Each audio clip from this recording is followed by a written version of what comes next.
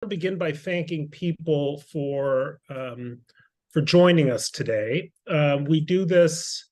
We try to do about, I don't know, 12 or 15 of these webinars every year. I wish I could do it with every single SAPIR author. There's so many fabulous essays that we just don't have the time or bandwidth to have a webinar to deal with in a webinar. But your piece with Massoud Sagiv and its interesting pairing, I think, with Avi Schick's piece, coming from a different place, I thought was going to make for a really wonderful conversation. And someone is reminding me here. One second. Where is this? There's an announcement I need to make, and I'd better make it, or my friends at the Maimonides Fund will banish me for all time. So I don't want that to happen. Let's see, what is the announcement?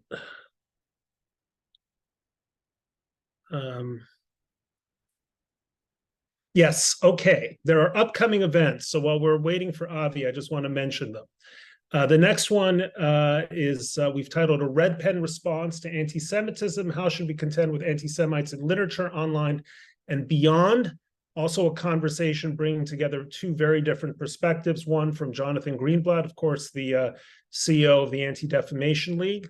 And then from my friend and Maimonides Fund fellow and best-selling author, Jamie Kirchick, two other really exemplary pieces in the current issue.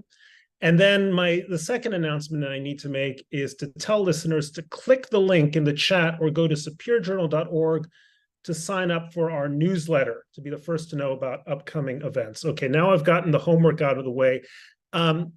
I don't want to wait for Avi to figure out his technical issues. I'm sure he's going to come on board very soon. But I really wanted to. I mean, you wrote really a very powerful and very subtle essay with Massoud Sagiv, Dahlia, and so I just wanted to, first of all, kind of set the stage. And really, that stage was set 6 summers ago with the horrific, almost exactly 6 summers ago, the horrific neo-Nazi march on Charlottesville, or through Charlottesville, the Unite the Right rally, which garnered global attention. And then something else happened in Charlottesville, which didn't garner so much attention. A lawsuit that was very thoughtfully constructed. So take us through just what happened and the significance you attach to it, both in terms of the litigation, but also in terms of thinking about the position of American Jews in a moment of both great success and also great vulnerability. Thanks to Bret, to Sapir, to Felicia. It's a treat to be in conversation.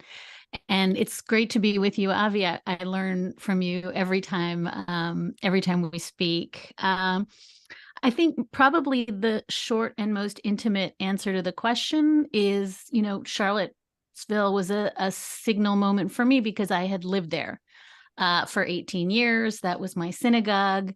Those were my neighbors, those monuments, the Civil War monuments that became the sort of touchstone of all the controversy, quite literally were the place around my shul where my kids learned to walk and crawl. So it was incredibly personal, the Unite the Right rally. And I think it was, for me, an incredibly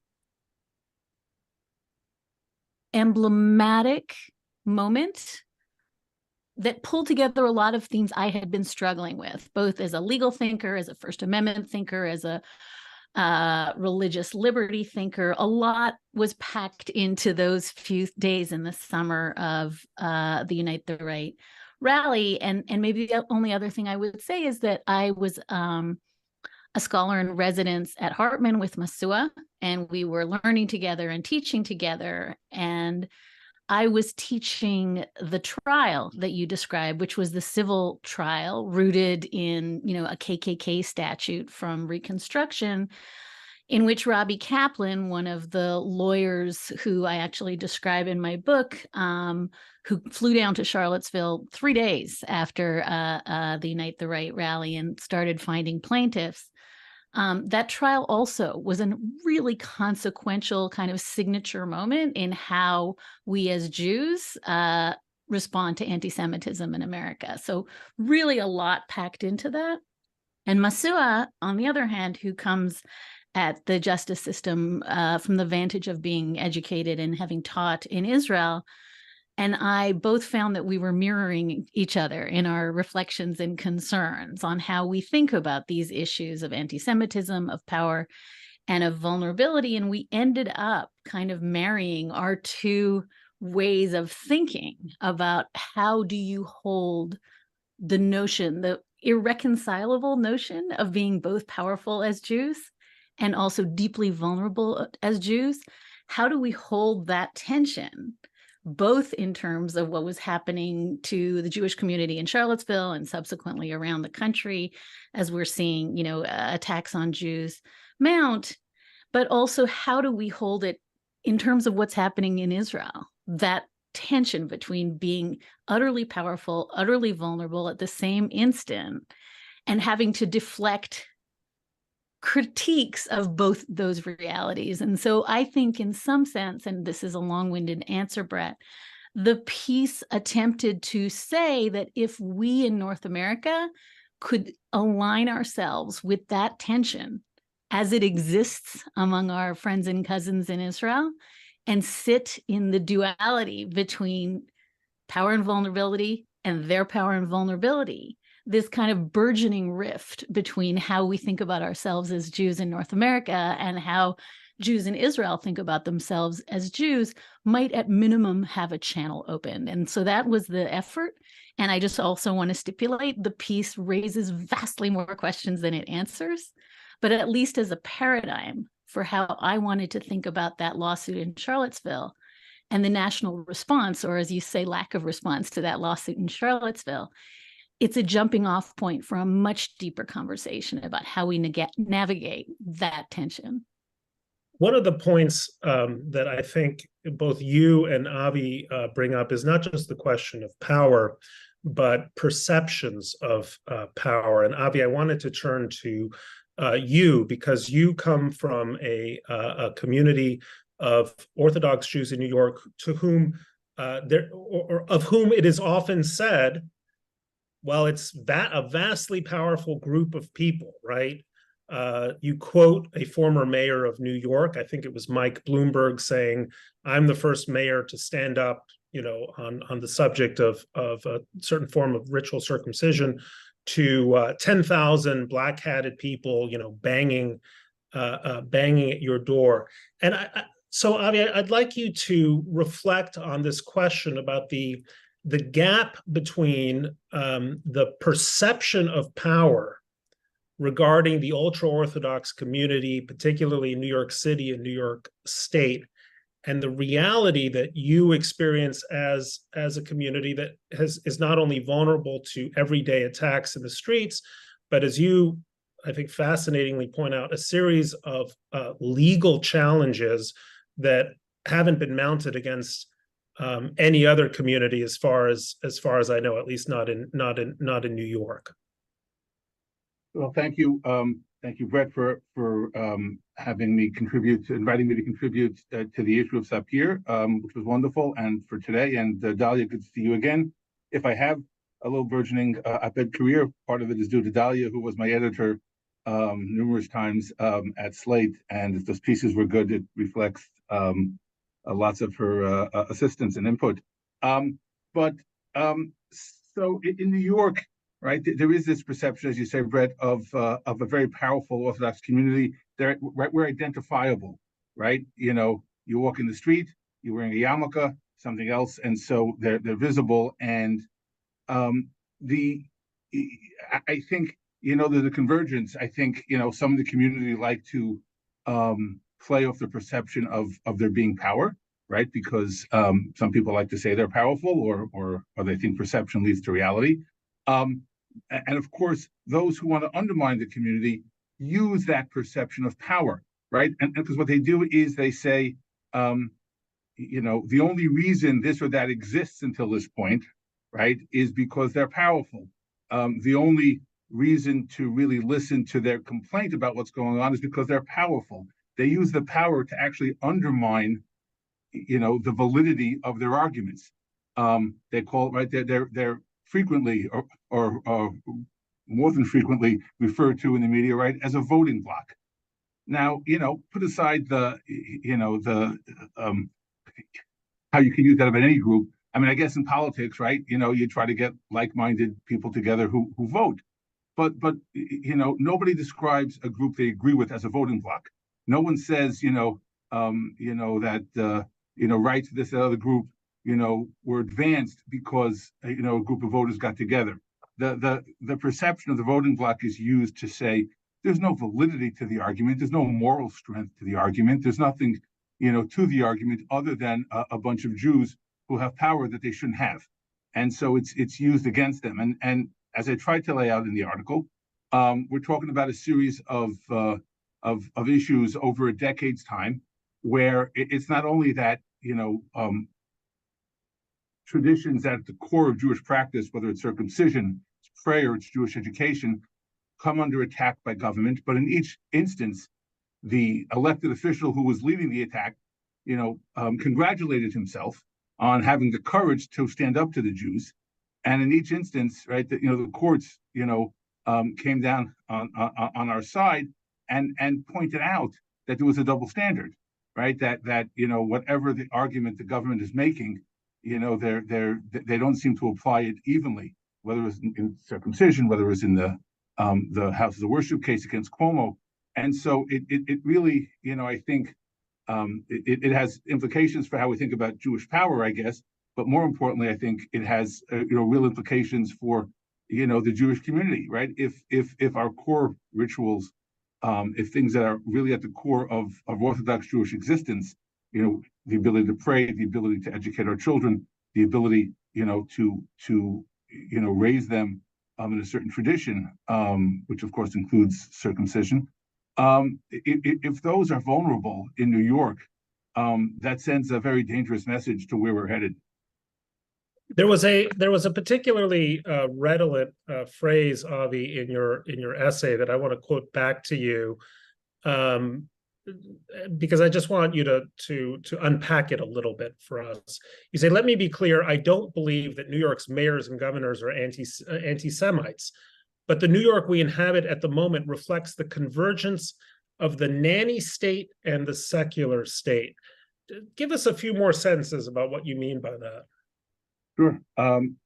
So, we're at a time where religion doesn't have a whole lot of respect in New York. Certainly religious rituals, rituals that are different from the mainstream. And so you have a government that, doesn't see value in religion. And at the same time, what I refer to as, that's the secular state. And what the nanny state is, right, is a government that, is not inclined to say, a parent knows best, for his or her child. The government, increasingly believes in every area that the government knows best. And when you put those two things together, a government that, increasingly gets involved in every area of life and has no inclination to defer to a parent, and a government that doesn't see any value in religion, this is where you end up. And, just if I can, just give an example or two to explain what I mean. I mean, in almost every area, it's not that we're all University of Chicagoans today in government, but there's if only, right? But there's always some implicit cost-benefit analysis, right? If you think about the pandemic restrictions, right? Certain businesses had to be open from the beginning because people have to get food, certain people have to be able to work and whatnot, and it's understandable. Now, when you come to religious ritual, where many see it as purely spiritual. So it is hard for government to sort of say, well, what's the value in that? And if there's no value in it, right, then all we see is the danger. I wrote an article back when the circumcision restrictions came in that pointed out that the same year that the city adopted the regulations regarding circumcision, there was also an attempt to impose regulations requiring adults even to wear helmets while bicycling, and there were about 20 deaths a year in New York as a result of bicycle accidents. And the city opposed those regulations, and the reason was because regulating it and imposing a helmet requirement sends the message that this is an activity that's dangerous, and sending a message that an activity is dangerous, right, lowers the prevalence of it, right? Some people are not going to undertake that activity because it's dangerous. And so New York City says, well, we don't want regulation of bicycle riding because we want more bicycle riding. Well, they didn't bring that same sort of thinking to circumcision because they didn't care if there's more circumcision or less circumcision. And so, during the pandemic, and again, I don't want to get into this too deeply, but there were some lawsuits, and there was a lot written about the fact that there were criticisms of some kind of gatherings, and government chose in New York and elsewhere not to criticize gatherings that arose, I guess, spontaneously, and then not after the murder of George Floyd,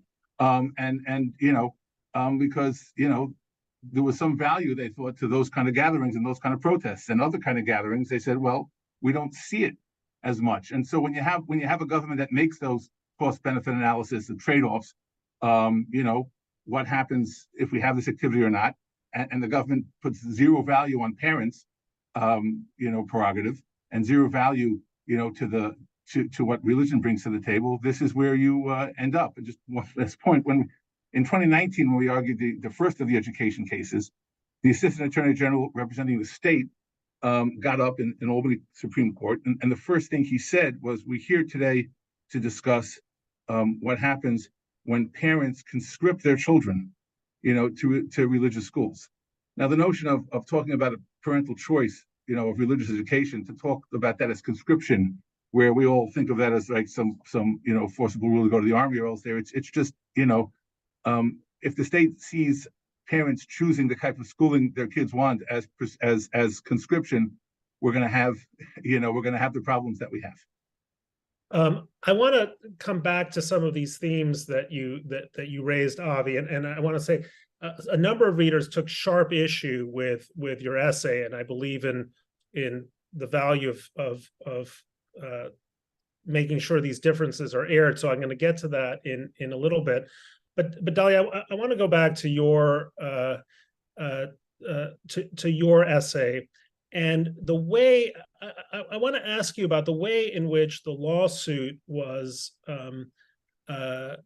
organized and conceived, in which, if my understanding is correct, there wasn't a single Jewish plaintiff, even though both the lawyers arguing the cases as well as the philanthropists supporting the cases were overwhelmingly or broadly Jewish. And this has something to do with the question of how do Jews best advance their security in a society where they are at risk, but not the only people at risk, maybe not even the main people at risk. How do we conceive of advancing our interests in a way that extends beyond the narrow remit of, or the narrower remit of sort of an exclusively Jewish concerns? Let me answer that and maybe link it up to something Avi just said about how we think about Jewish power and the perception of Jewish power. One of the things I'd been studying a lot at Hartman with my colleague there, Avi Helfand, the other Avi, is this issue of amicus briefs at the Supreme Court. For many, many years, when Jewish groups filed what an amicus brief is, essentially, technically a friend of the court brief, but it comes from some outside interested party who has some investment in the outcome of the litigation. and separate out the sort of amicus industrial complex, which is now that, big cases at the court have hundreds and hundreds of briefs from many organizations. But historically, Jews and Jewish groups tended to file only on one side, and that tended to be the liberal side. And it tended to be Jewish organizations, sort of the ones that you would think of, who were typically filing on the side of whatever the progressive values were. And we've seen a huge uptick in recent years, in the very recent past, of Orthodox Jewish groups filing amicus briefs at the Supreme Court, often in tension with the progressive Jewish groups. And so we have seen the advent of Orthodox amicus briefs on issues like Dobbs, the abortion case, on multiple issues, many issues having to do with church-state delineations. And there's this question of, is it good for the Jews to be on both sides of really seminal constitutional and statutory questions? And I think partly my answer to what Avi is raising in the question you're asking is, it's always good for the Jews to be on both sides, in much the same way that we now have Jews deeply invested on opposite political sides of the spectrum, which is also quite new. And so I think what I want to say is the definition in some sense of power is the power and freedom in America to disagree with each other and to not care that much that it looks like it's bad for the Jews, that we're intramural bickering amongst themselves, that in the end of the day, it's an incredibly important development that we disagree on really fundamental and foundational issues of statutory and constitutional law. And I raise it as a way of saying that I think you're really only free when you can be on both sides of issues in some sense, without regard for what people are saying about the Jews and who they're in the tank for. And I just want to sort of say that as a way of knitting together your question and Avi's last reflections. And then I think that dovetails really nicely with my answer about what happened in Charlottesville, which is that a really deeply Jewish law firm, Kaplan and Hecker, mostly only Jewish litigators, came down and tried the case. And as you say, there were no Jewish plaintiffs in the case. The judge was, pardon me? By design. Not by design. There was one Jewish plaintiff who was initially in the class of plaintiffs who was found by the judge not to have material interests that were harmed. So we had a group of largely Black and minority plaintiffs who were harmed in either the events the night before the rally on the UVA grounds or at the rally itself. And we had a bunch of Jewish lawyers. And the Jewish lawyers made a really deliberate choice. And again, I think this goes to something you're asking about what it is to be free as Jews in America, to not center only the anti-Semitism, but to center both stories, the story of the anti-Black animus, the anti-Latina, the anti-LGBTQ animus of these protesters, but also to tell the story of anti-Semitism in America. And I want to be really clear that a lot of those jurors did not know anything about the history of anti-Semitism in America. And in some sense, the case was a mirror image of what we saw in the 1960s when we had Dr. King and Heschel marching together saying, we are both victims here. We had a town that was so riven by this fight about whether Charlottesville was anti-Semitism or anti-Black, anti-immigrant, anti-minority animus, that we never quite figured it out. To me, what was really essential about the story told in the trial was that it was an attempt to almost get back to that question of, we don't have to have a zero-sum conversation about whether they were Nazis or whether they were anti-Semites or whether they were Klansmen.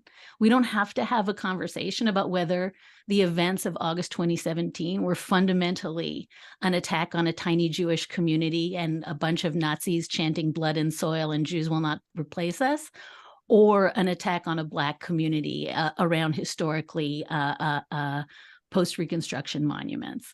It's both. And maybe the last thing I'll say is that we link to it in our piece, but I thought the most important text of that trial was the testimony of Deborah Lipstadt, who at great length explained that you cannot understand the history of anti-Semitism in America without understanding the history of anti-Black violence in America, and vice versa, and melded together in her testimony all the ways in which we have to think about these issues of power and vulnerability again, that there were Jews who absolutely thrived when Black merchants were kicked out of the Vinegar Hill neighborhood in the 1920s and Jewish merchants came in. They were powerful and also horrific victims of anti-Semitism, that it's both, and we have to talk about it as both. And this, what they call in the office, the Olympics of suffering, in which we fight about whether they were Nazis or whether they were Klansmen, is an absolutely fruitless enterprise. One of the point that you are in a sense raising, Dahlia, is sometimes goes under the term allyship, which probably most of our viewers are familiar with. It's certainly ones that my kids are familiar with. People talk about the importance of allies, and it tends to be a term that you hear most often in fairly progressive circles. But I wanted to turn this to Avi and ask him about his experience of a different kind of allyship. I mean, when the suit that ultimately overturned the injunction about religious gatherings, that former Governor Cuomo had instituted, it was not just Orthodox synagogues; it was Roman Catholic dioceses that were part of that suit. So, Avi, the Orthodox community, I think, is experiencing a historic, maybe not unprecedented, because I think back to the Crown Heights riots, but certainly a historic tide of anti-Semitism.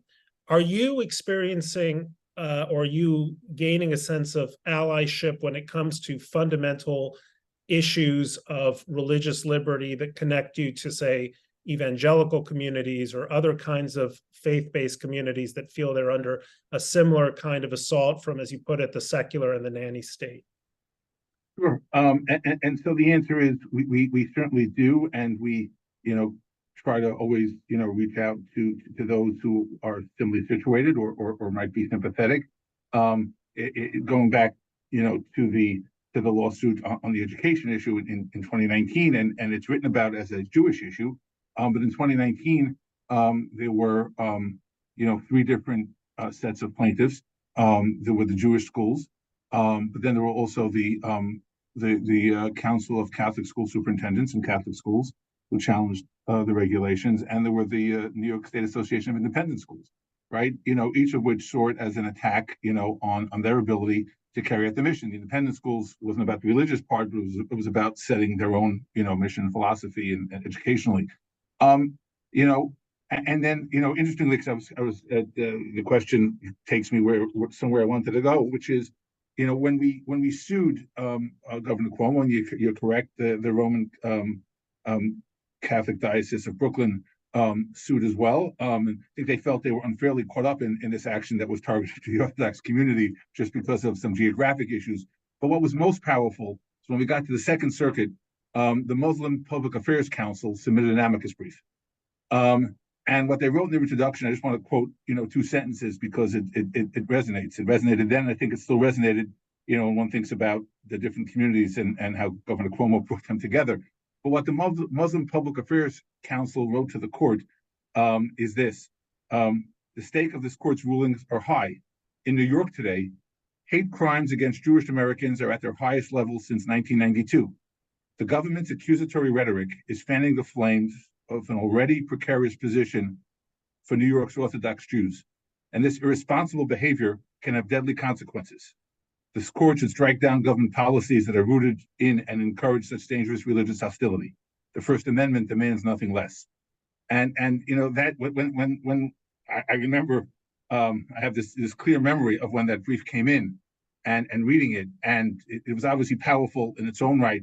But the sort of the courage, the encouragement that it gave us, and the feeling of others get it, right? They're not under attack in New York, and for the Muslim community to come out so publicly, in defense of of the Orthodox community was a wonderful moment, and surely was helpful in, I think, opening eyes in the various courts that looked at our case and saying this is not just about this one community, and it's not just a bunch of powerful Jews who are complaining. It really goes to fundamental issues. By the way, I'm soon going to turn to questions from the audience, because I want to be sure they participate. And I see some of these questions that are already filling the Q&A function are probably going to be more appropriate for future webinars. For instance, there's a question about the ADL's attack or the case with Elon Musk. I'm having Jonathan Greenblatt on fairly soon, so I'm going to reserve questions like that. Let's make sure the questions speak to the conversation we're having. But you raised something, Avi, that jogs my mind with a point that is inscribed in your piece, Dahlia, and it's something that I'd like you to help me think through, which is the extent to which the Jewish community needs to exercise power without feeding perceptions of power, if you see what I'm saying, which is that we have achieved positions of real influence, authority, respect in the United States, and we haven't even touched the question of Israel and the Middle East. But Jews, secular or religious, know that one of the touchstones of anti-Semitic rhetoric, and Dahlia, you mentioned this in your pieces, the perception of the powerful Jew. Deborah Lipstadt touches on this, is what often feeds anti-Semitism. So before we go to the questions from our audience, think through this issue of how do we navigate our use of our power or the means at our disposal to shape outcomes that are better for the Jewish community, but not do it in a way that actually feeds the very problem that we're trying to address.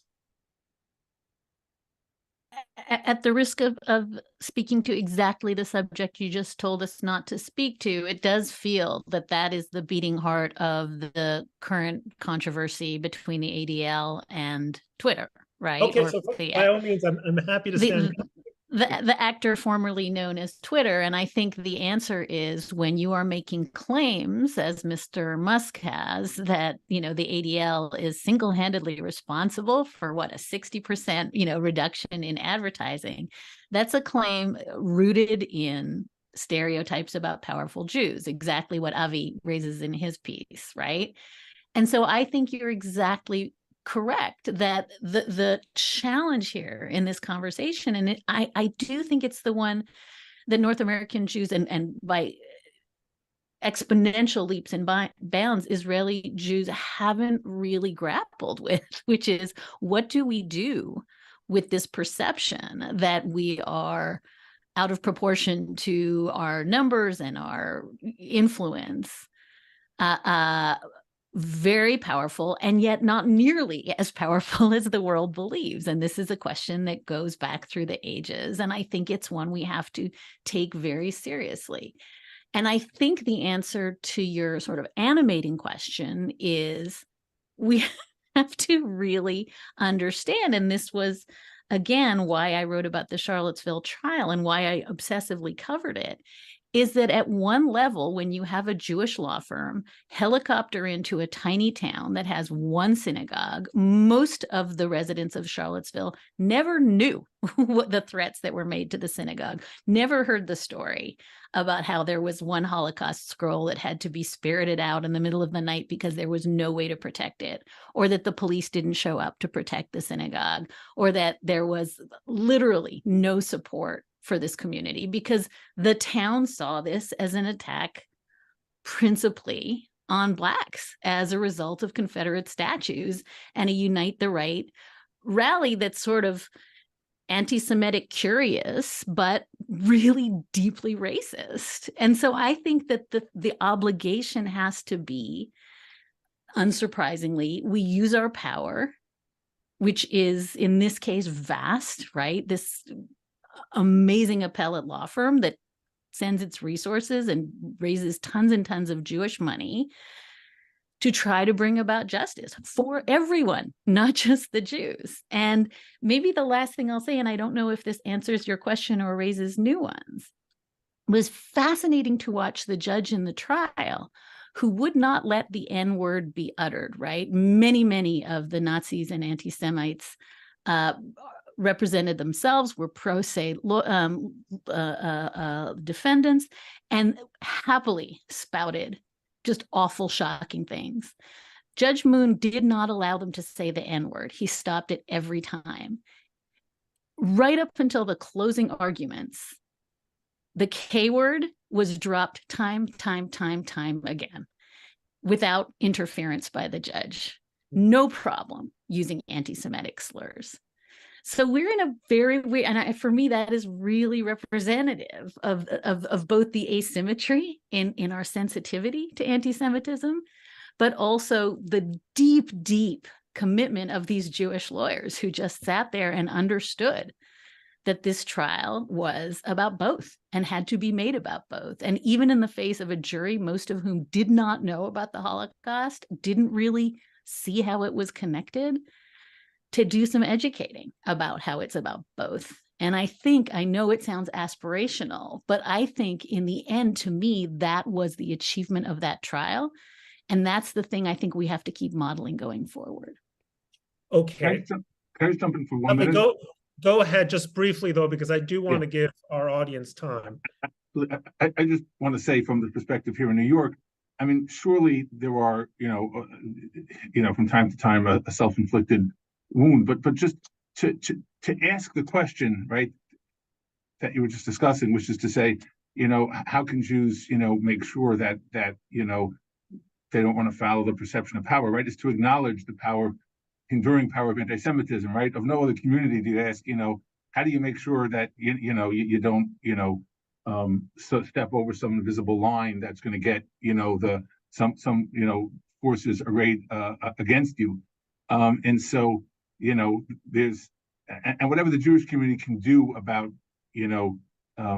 how it presents on certain issues pales in comparison really to what the class of the media and elected officials are going to do. I'm sure people do and say stupid things from time to time in the Jewish community, but really it's much more about the media having a hyper focus on the issue and elected officials feeling safe to raise it, I think, than it is about crossing some invisible boundary.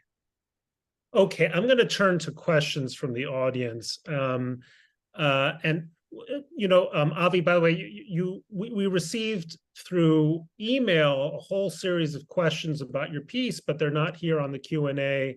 So I will forward you those questions, but I'm only going to ask questions that actually, people who showed up to this event want to ask. That being said, I'm going to ask you the hard question first, because an anonymous attendee says, I find Avi Schick's comments regarding restrictions on ritual circumcision and religious education to be completely disingenuous. No one has sought to restrict either of these. The circumcision issue has to do with an unsanitary practice used by some ultra-Orthodox moils involving the mouth, which turned out to spread herpes to infants. And no one seeks to restrict religious education as long as students also receive instruction in secular subjects according to state standards. So take it on. Sure.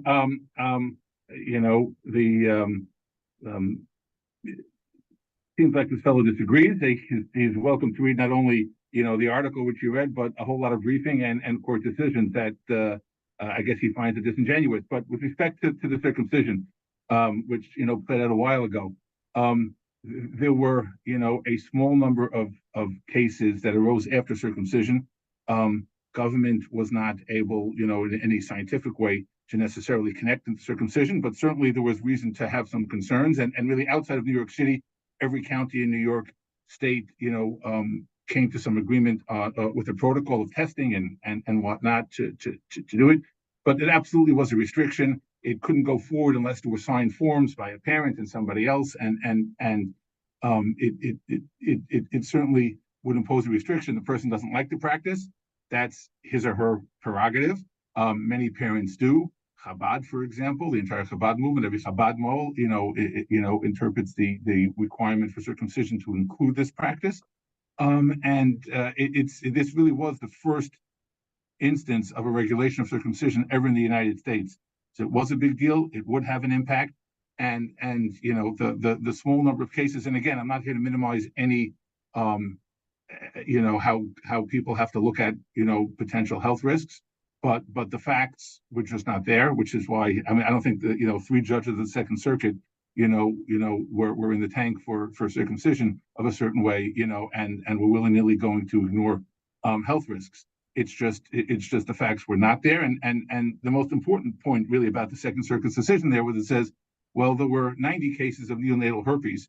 The government says that about a dozen of them over a number of years might have been connected to circumcision. Again, their experts said it was biologically plausible, which is not the strongest form of connection. But in any event, the government says, but the city didn't care at all about the other 80 cases. They weren't investigating the conduct that led to them and figuring out how to regulate it. Didn't care one whit, and that's what the court said.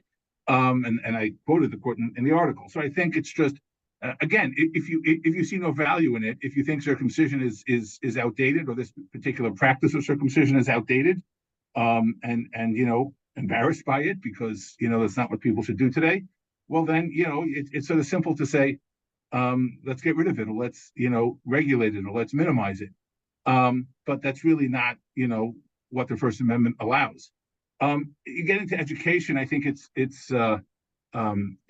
really just a whole lot of really misinformation. I mean, I think it's unfortunate, but that some group of critics of Jewish education have been allowed to select a small group of schools and say this is what Jewish education is in New York, and it's really ridiculous. But the regulations that New York has enacted and is trying to enforce go well beyond saying teach this or that also.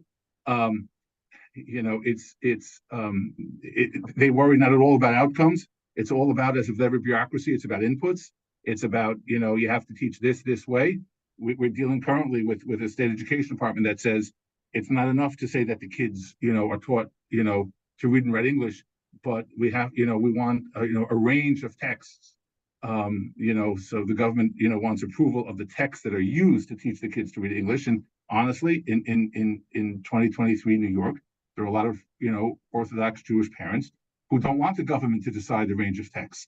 The government is getting very involved in the selection, hiring of teachers in religious schools. Again, there's a lot of ways to look at what government should do, but telling schools that we want to approve your range of texts and we want to get involved in the teachers is really something that crosses a line for a lot of parents. And frankly, we're seeing it right across the country, not religious education, right? But you see it in places outside of New York and not involving religion. You see it among public school parents, right? Who say, we want the ability to direct our the education of our children, even in the public school setting. There was an article I read over the weekend by 2 mothers who said, we're not co-parenting with the government. And that's the way. Let me stop you. I'll stop you there because there's a question I want to get to give to Dahlia. This is an interesting question. It's from Frank Brodsky, who asks, can you comment on the how the Charlottesville case impacted what happened on January 6th? He adds, my understanding is that some of the leaders of January 6th were unable to attend in person due to the Charlottesville ruling. But getting beyond the specifics of that question, I think it's really a question about the connection between the bigotries that we saw at play in Charlottesville and then the larger question of the assault on democratic institutions on the 6th of January. So your reflections on that, Dahlia? I mean, in some sense, this is definitionally Jewish power, because this was a bunch of lawyers dusting off a Reconstruction statute, the KKK Act, that had not been used in decades. It had been used a little bit during the civil rights era, hadn't been used in a long time, and said, hey, this appears to be a statute that says that if you go to a public event with the intention of harassing people on the basis of race or religion, you will be punished. And so in some sense, the answer is those same statutes, both state and federal, were then used to prosecute January 6th defendants, particularly those who were committing, acts of racial violence. And so to me, again, it's both the genius of these lawyers who said, there should be a vehicle. Oh, wait, there is. It's just nobody's used it. And they used it successfully. The state version, not the federal, the jury found only on the state cause of action. But to me, use of it in a way that was so successful that we then saw prosecution of January 6 rioters and insurrectionists using the same kinds of statutes is really, really proof positive that that's the kind of creativity and sort of legal thinking that not only was rewarded with convictions, but should be celebrated and is kind of probative to me of what Jewish power, all out of proportion, again, to what we think of as Jewish power really looks like. And maybe the last thing I'll say about it is, when January 6th happened, my sons who were at Zoom school because it was COVID, both came down from their various bedrooms where they were attending Heschel High School in New York and said, it's happening again. This is happening again. To them, Charlottesville 2017 absolutely prefigured January 6th. And I think both of them and an awful lot of people who didn't think the law had the capacity to respond to this were really happy, I think, to learn that, in fact, there is a line of demarcation between pure speech and violence and threats and threats of violence and actual harm. And so I think in some sense, my very Jewish answer is that the through line between Charlottesville 2017 and January 6, 2021 is that it turns out that the legal system does have the capacity to address it. We just have to be creative. Let me ask you a quick follow-on question, just because I see it here and it's connected. It's from Jeffrey Herf, professor at the University of Maryland and a contributor to SAPIR. He writes, in the press, including the New York Times, Washington Post, and NPR, cable news, the story of the neo-Nazi attack in Charlottesville was, as I recall, overwhelmingly one about Confederate statues and white racism.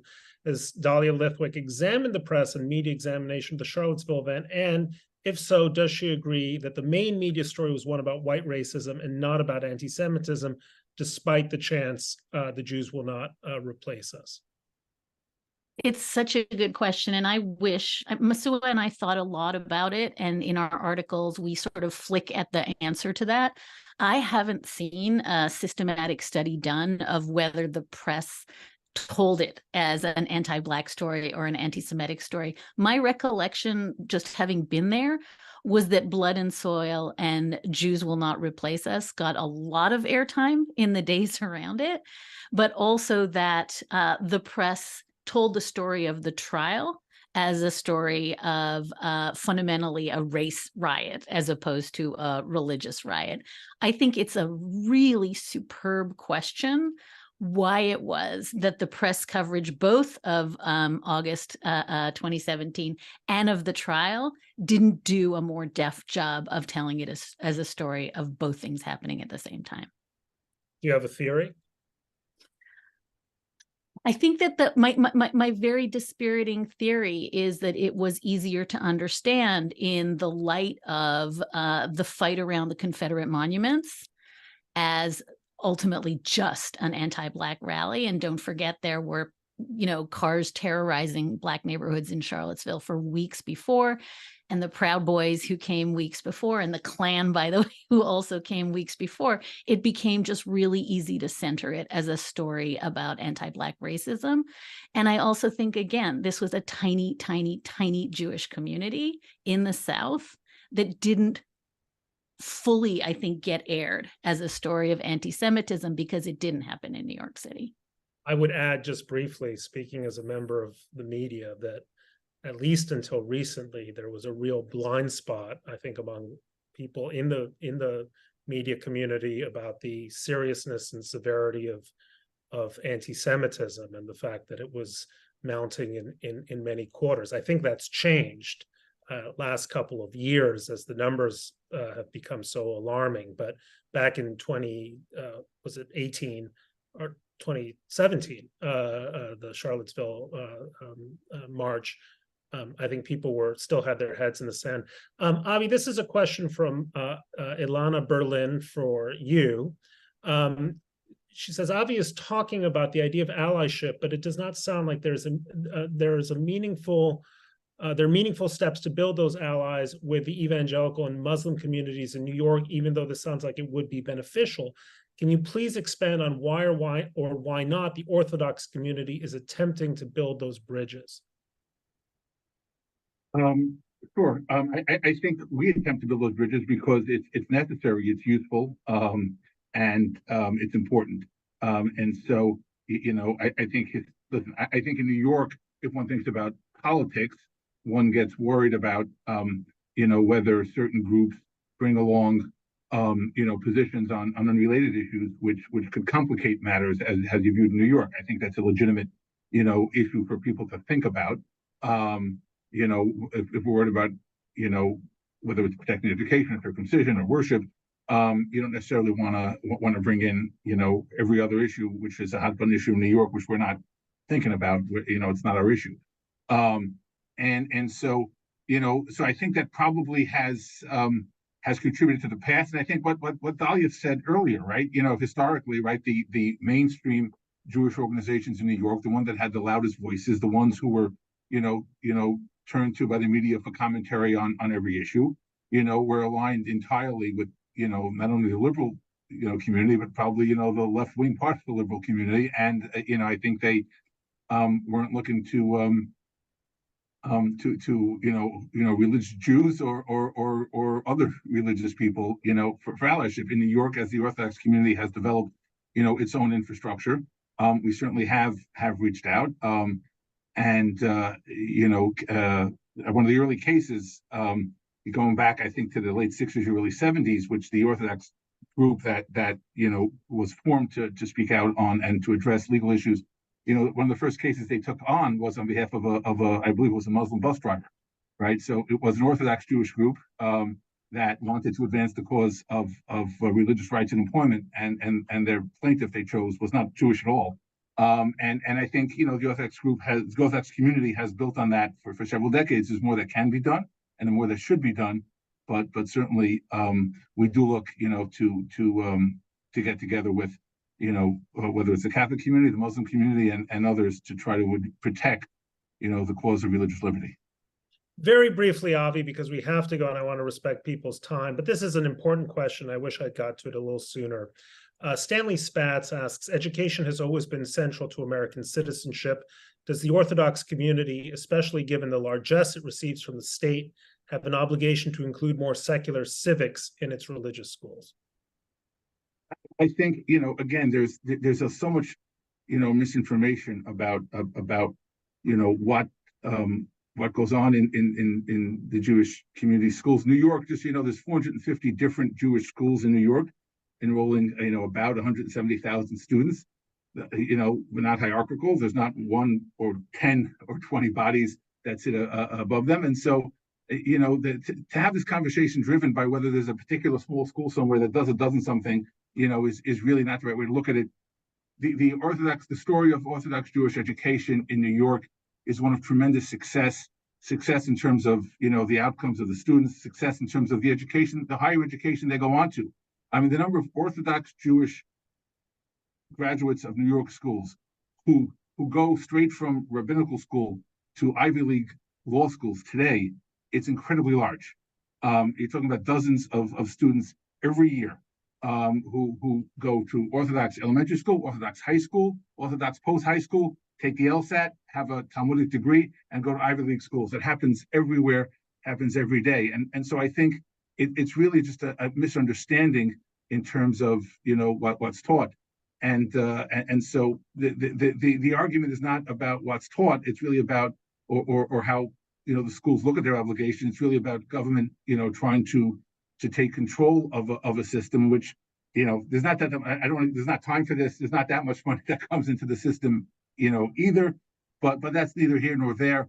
I think, I got to say, there was a group up at Columbia that put an amicus brief on one of the cases and actually had a footnote that essentially complained about the high voting rate in the Hasidic community, right? So, which would seem to me that someone's doing a good job, in civics if they're getting people to turn out to vote.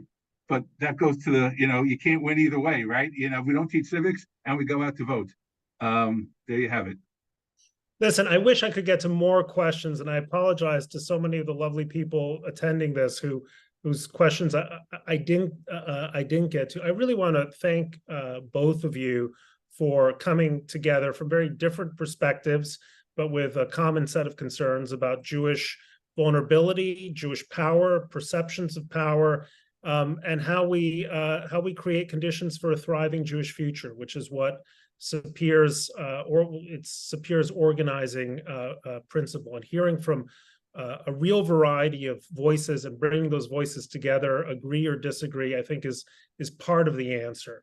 So thank you both. Thank you everyone so much for being a part of this.